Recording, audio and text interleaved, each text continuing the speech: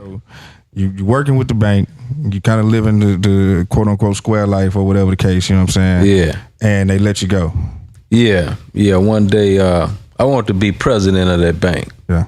You know what I mean? In my real mind, goals to really move up the corporate ladder. In my mind as a youngster, I'm like, I need to get this money because you got to realize my goal was always to become a millionaire. So I'm like, I got to become a millionaire because I got to be the one to break this poverty curse where my family is concerned. So that's at the age of 8, 9 years old. That's like imprinted in my mind heavy. So when I got there on that part-time job at the bank, I'm like, I need to run. Who make the most money at this bank? And they told me who made the most money. So I'm like, okay, I need this position eventually. So, to come there, to be thinking that way, and then to come there one day and they like, we laying off the whole department. I'm like, whoa. So I went home, had a conversation with my mother. I say, Mama, so this is the way they do y'all, build you up like this, and then you just like, I say, this is what I got to look forward to. I say, I ain't working for nobody else. She's like, oh boy, I don't feel like that. Go get you another job. I say, I ain't working for nobody else, Mom. I say, don't you got an income tax check coming in? She like, yeah. I said, give me that money. I'll bring that money back to you 3 times. And there it goes. Yeah.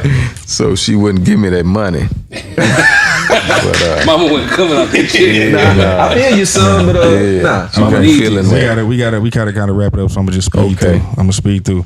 All right. So we're gonna get to.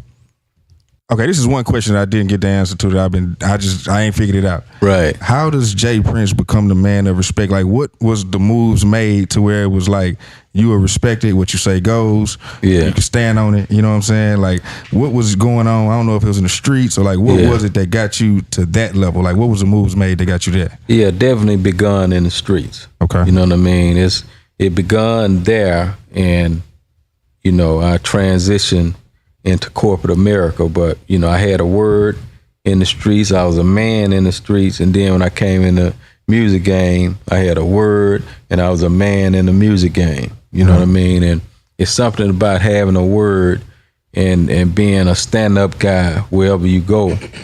It'll bring respect ultimately. Even if you earn it. And some people, don't want to give it to you when you earn it. You have to demand it.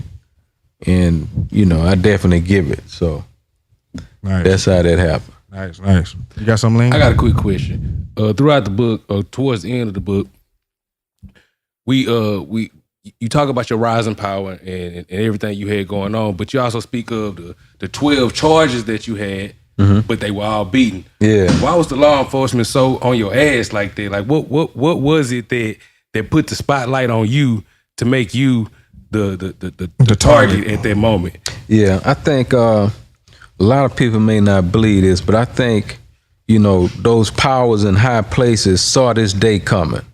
This very day right here, they saw it happening before it happened. And when I think about my movement from way back then, how we was moving. We was moving in a way of unity that caused a lot of fruit.